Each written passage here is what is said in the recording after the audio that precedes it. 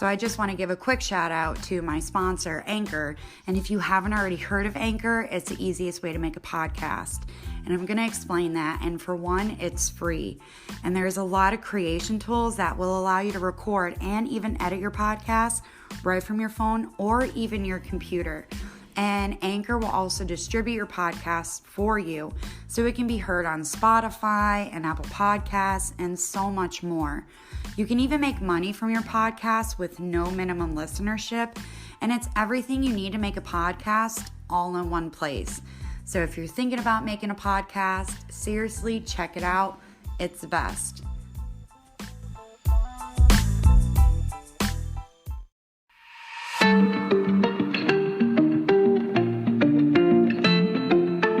When the tears are rolling down like a river to the ocean, and there's no one else around, you won't question my devotion. Everybody needs somebody, and you got me. You know that I know that you know that I'll be there for the highs and lows, to give you mine if your heart gets broke. By your side when you're all alone, I will be there. When you're down on your luck, no ride home and you got to the drum. 2 a.m. I'ma pick you up, I will be there. I'll be there, I'll be there, I'll be there for you. I'll be there, I'll be there, I'll be there for you. When you're down on your luck, no ride home and you got too drunk. Whoa, I'll be there, I'll be there, I'll be there for you. Welcome to Voices of Serenity. I am your host, Heather. Today's episode features a special guest, Defend the Voiceless. Defend the Voiceless is a nonprofit organization that brings awareness and education surrounding trafficking. We are going to be discussing who they are, how and why they got started, and how this is honestly a fight that everyone needs to join in on, and how much of a huge epidemic this is in everyone's world, honestly. So I'd like to give a very warm welcome and let them introduce themselves. Okay, I'm Stephanie. And I'm Tony. And I'm Ryan. Okay, so we are a Christian nonprofit, and we are in the fight to end child trafficking and exploitation. Back in August of 2020, there was some Facebook pedophile pages that were not being removed. I was one of the many who stayed up all night getting at least one of them removed, even though, you know, there's always one or two created for that one removed. They just changed the names. It was that during that time and that night exactly that I knew this was the path God was leading me on. Tony was also feeling called by God around that time in this fight. Now, Tony and I have known each other for 20 years. We kind of brought Ryan on along with us. But we've known each other for 20 years, but we've never worked together. And really, we only saw each other like once a year. You know, I mean, just, you know. Well, when we used to go to church together, we saw each other once a week. Yes, but then after that, it was, you know, just maybe once a year we saw each other.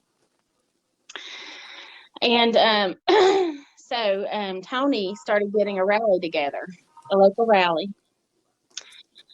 And I joined in with her along with some others, but because of certain circumstances that came up, we had to distance ourselves from that rally. So we started another one. Yeah, we did. We did. A different location. Mm-hmm. We came together, and in 2 weeks, we had Defend the Voiceless. That's when we brought Ryan around. Yes. And he actually came up with a name. We just gave him a bunch of keywords. Yes. And he came up with a name. Mm-hmm. And then we're like, okay, well, we're an organization now. Let's work hard on this. And I'm more of the back end creative person, I guess. I do some of the marketing and did the logo, the name, and all that. Yes, to create the website. But that rally was mainly for creating awareness more than anything else. Yes. So we had our first rally, And it was for September the 19th, 2020. And we're planning on we're going to start having 2 to 3 a year. Depending on how, you know, everything goes with COVID and everything goes with, you know, scheduling, we're going to have 2 to 3 a year. Now our goals we're fairly new, so we're just getting our feet wet in this fight. Do you want to talk about our goals? Well, sure. I was going to go on a little bit more on that rally. That rally was our first time to, like you said, get our feet wet, and we knew that we were wanting to more or less be a voice for the voiceless, to where we shared with people, because a lot of people in this area don't realize how bad it is, how bad child trafficking is. It's just more or less I hear something on the news once in a blue moon. They don't realize that it's a daily fight. They don't realize how it could be in your own backyard. And I'm guilty of that. I was one of those same people that did not realize how bad it was until we really got involved in this and started talking to other people that actually go out and fight this. So being a part of this was exciting. However, creating that awareness rally was awesome. We actually did a march, and people from the streets actually came in on board and started walking with us, and ended up giving us the motivation to keep on going, because we know, well, this is something that can really work. People that don't realize what's going on. We had several speakers that came on board, and they started talking about things that are going on here locally, and that really helped. We started raising a lot of money, and the money is actually being used for other organizations that are actually rescuing the children. So that's awesome. Yeah, that was our very first thing that we did, and we want to go ahead and do, like she said, a couple of them a year, and we're going to do a couple fundraisers a year. Like we've got something coming up in March, which we can cover. Sure. Yeah, I think when we first got started, our short-term goals in 2020 was mostly to bring awareness and support other organizations that were already in the fight. So that march and that rally, we were able to raise a good amount of money to give to other organizations. What was the main organization we donated to? OUR. So the rally wasn't really even about us. It was about this fight and other organizations that are already in the fight. So that was great. And then the 2021 goals, did you want to talk about that, Stephanie? Yes. We're going to continue to raise awareness and at least have one here in September with speakers coming in, and that will be our awareness rally. The other events will be fundraisers for this fight. But our 2021 goals, we definitely want to work towards changing legislation. We're currently reading through all the current legislation so that we know what to present. We do know that once convicted of a sex crime, once someone's convicted of a sex crime, they should not go on parole. They should not be eligible for parole. So that is one thing that we definitely want to change. Right. Now, the next thing we want to work toward in 2021 is start free classes for parents and children, so that they have the tools to know the dangers and what to look for and what not to do. And of course, with the children, it'll be on a child's level. Right. Because that's very important too. And not something that we want to charge for. We just want to help by doing this, maybe we can help, not really end it, but help end this fight to where one of those children won't get thrown into this life. Oh, absolutely. And that's so important. People think, oh, well, bringing awareness really isn't that helpful. It's actually extremely helpful, because when you're bringing awareness to a situation such as this, you're giving a sense of education and a sense of guidance. And that's so important all in its own. If a child who partakes in this class, or a parent, or both who partake in these classes,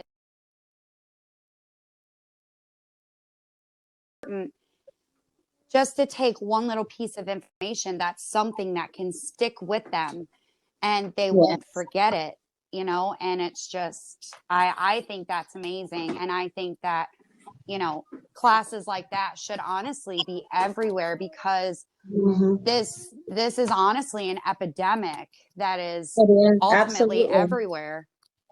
And the thing about that is I'm a guilty party of that same thing. Like, I was not aware. So I put myself in the shoes of other people that, of course, we got to the point that I'm so aware it actually made me sick to my stomach and kind of a little depressed. I told Stephanie, and nothing really depresses me. I'm technically, but this did. But there is, if anybody else is like me, which I'm sure there's a lot of people out there, I had no clue how bad it was, and I had no idea it was in my own backyard.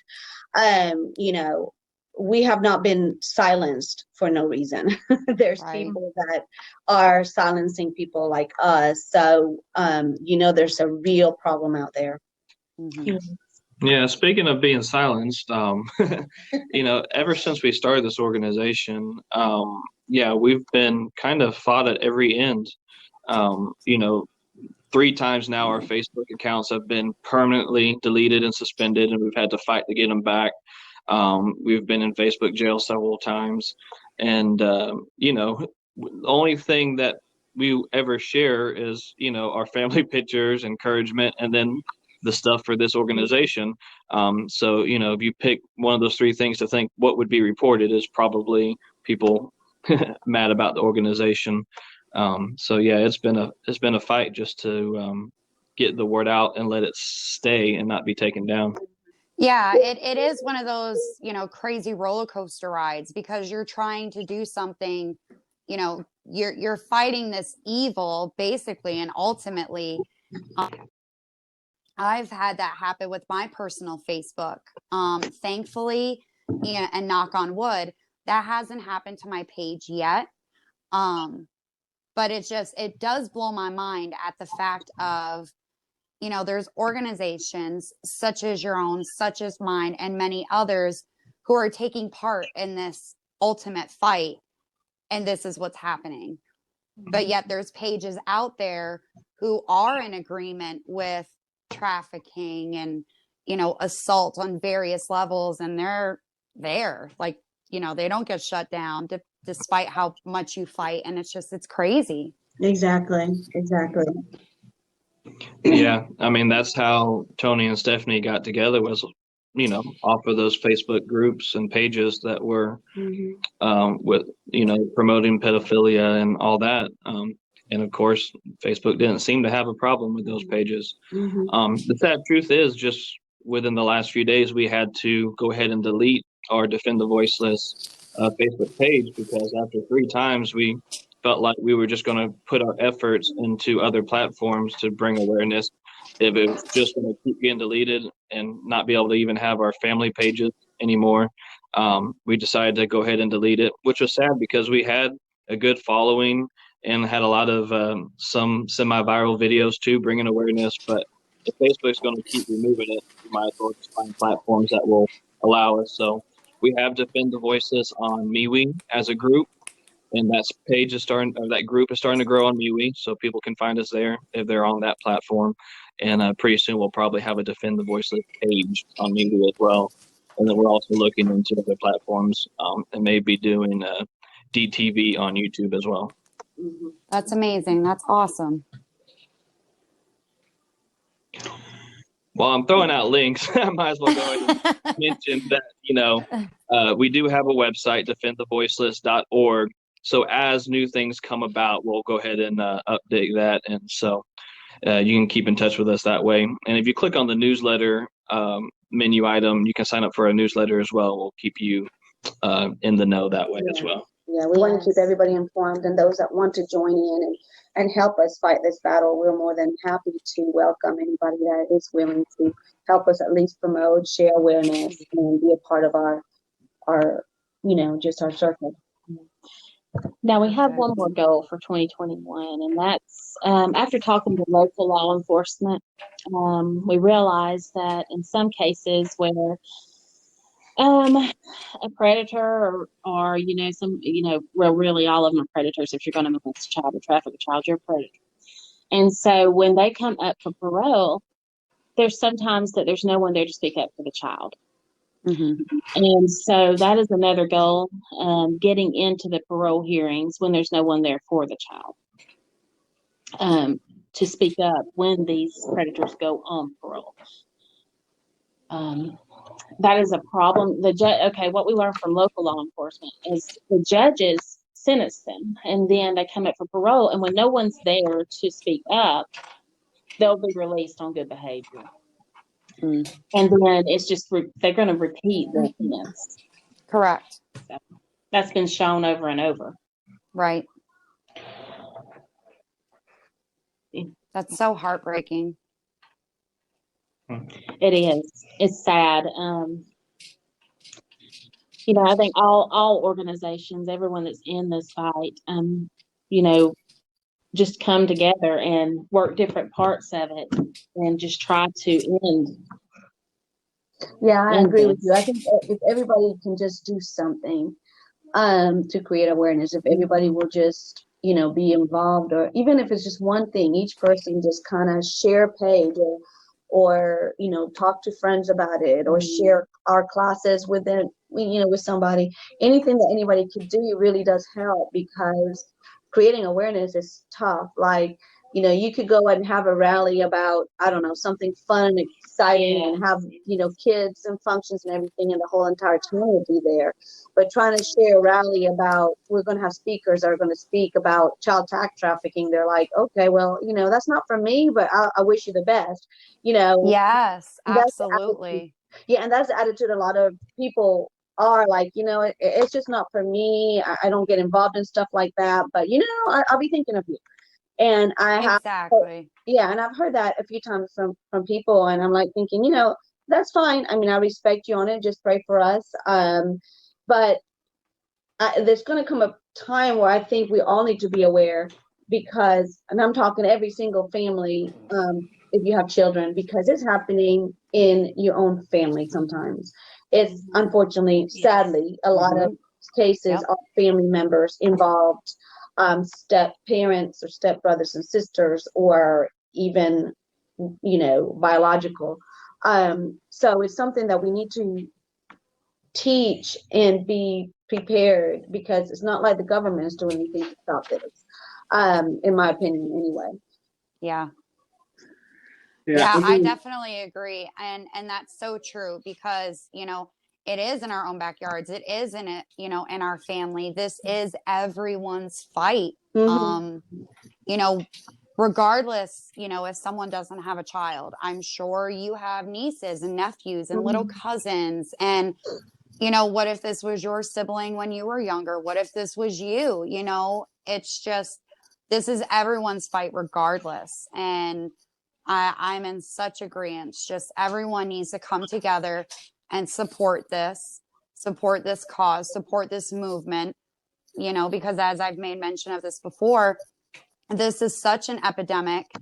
And especially with COVID going on right now, children and adults who are going through this, being quarantined with their abusers, it's just, it's sad, and it needs to be fought.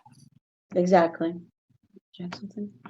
Yeah, I was just, I've been a entrepreneur, small business owner for many years, and Tony is a small business owner for many years. And so just with that going on, we have friends, online and in person, that kind of on all ends of the spectrum, I would say.